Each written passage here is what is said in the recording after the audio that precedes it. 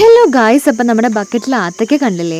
അപ്പോൾ അതിൻ്റെ കൂടെ ഞാൻ റെഡ് കളറുള്ള എന്തോ ഒരു പഴം കണ്ടു കേട്ടോ ഗായ്സ്. അപ്പോഴാണ് നമ്മുടെ മമ്മ പറഞ്ഞത് ഇത് കാപ്പിക്കുരു ആണെന്ന്. നല്ല രസമുണ്ടായിരുന്നു എന്തായാലും കാപ്പിക്കുരു കാണാൻ.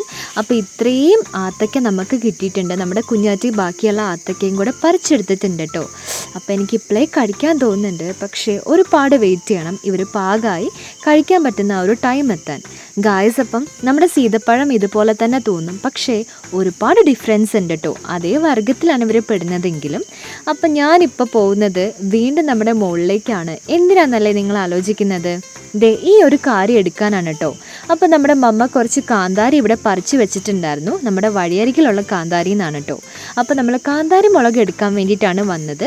അപ്പോൾ ഈ ഒരു ഇലയിൽ നമ്മളിപ്പോൾ കാന്താരിയെല്ലാം എടുത്തിട്ടുണ്ട്. ഇനി മമ്മേൻ്റെ കയ്യിൽ ഇത് കൊണ്ട് കൊടുക്കാം, നമ്മൾ മറന്നു പോയതാണ് കേട്ടോ. അങ്ങനെ കാന്താരി മുളകുമായി തിരിച്ച് ഞാൻ വീട്ടിലേക്ക് പോവാണ്. അപ്പോൾ നമ്മുടെ ആത്തയ്ക്ക എല്ലാം നമ്മൾ പറിച്ച് സെറ്റാക്കിയിട്ടുണ്ട്.